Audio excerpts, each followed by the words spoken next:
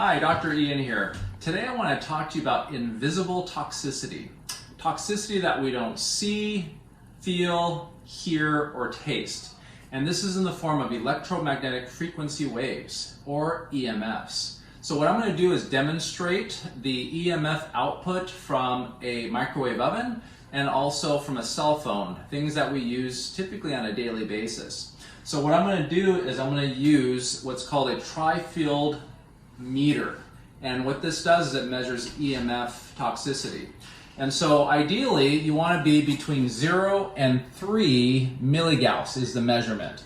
And so what we want to do is make sure that any exposure that we have is kept within this range. As you can see, it's under 3 milligauss right now.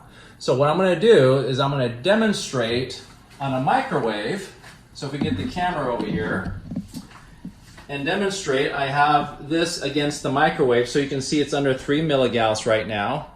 And what I'm going to do is turn it on. So I have the microwave set at 1 minute.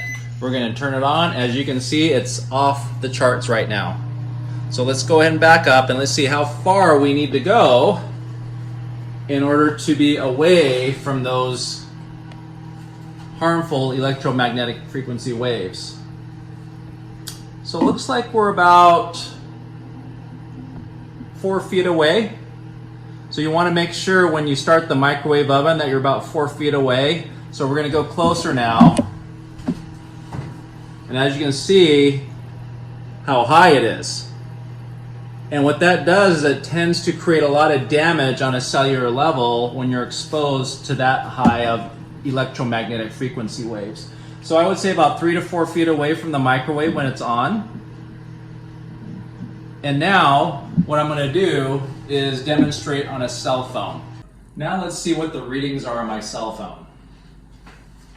So if we do a close-up, you can see that the reading is under 3 milligauss. Now I'll have somebody call me. You can see it's off the chart.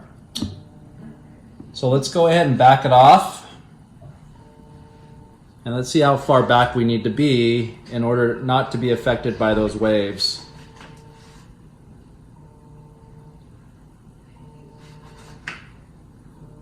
So we're about 2 feet back. So what I'm going to do is answer the phone now. And you can see how the frequency is just jumping and spiking. Could you imagine if that's on your ear? This is about 2 feet back. And then now we're going to get closer.